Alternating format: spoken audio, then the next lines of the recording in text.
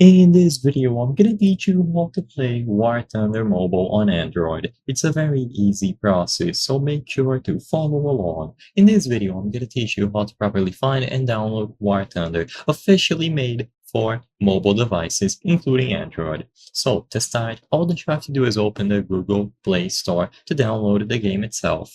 In the Google Play Store, you will be able to look for War Thunder Mobile, developed by Gaijin. So you will be able to download the game and open it up. Even though this download can be quick, when you get inside of the game, you will have to download additional files. So keep that in mind. You will need a lot of storage to get the full game. So once you download, go ahead and tap play.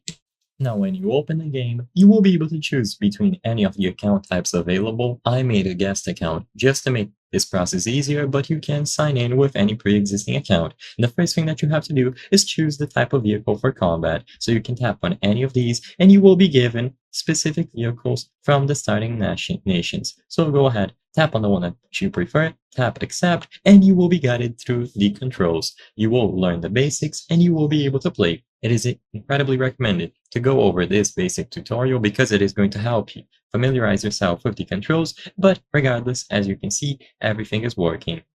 So for the planes here, they are always going to fly towards the cursor on the middle of the screen, and we can tap here to move it to a specific waypoint. So you will be able to move it all over the screen, and once it is on a waypoint, you will be able to proceed towards it. So regardless, just choose whichever type of vehicle you prefer. They are going to guide you on how to play, and you will eventually be free to join any of the available modes and start playing through all of them. I hope I was able to help you on how to play War Thunder Mobile on Android.